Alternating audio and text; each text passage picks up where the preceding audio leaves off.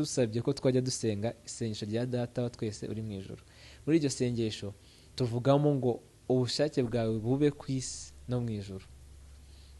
Ni ukuvuga ngo ubushake bw'Imana nibwo umuntu ategura imipango nk'uko Bibiliya bivuga, agira imipango y'agapanga, ariko Imana niyo iyobora intambwe ze.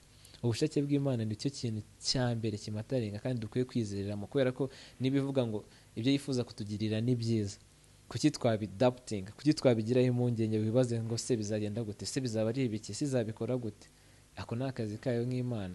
Icyo gihe uba wibagiwe wa mwanya wawe wo kuba umwana w'Imana, ahubwo ukabwira Imana ati bugiye ku ruhande nyamuri ibibazo ndagaruka nyuma. Imana tujye twiga kuyireka ibe Imana. Uyu murongo uravuga ati wiringire Uwiteka n'umutima wawe wose, we kwishingikiriza ku buhanga bwawe.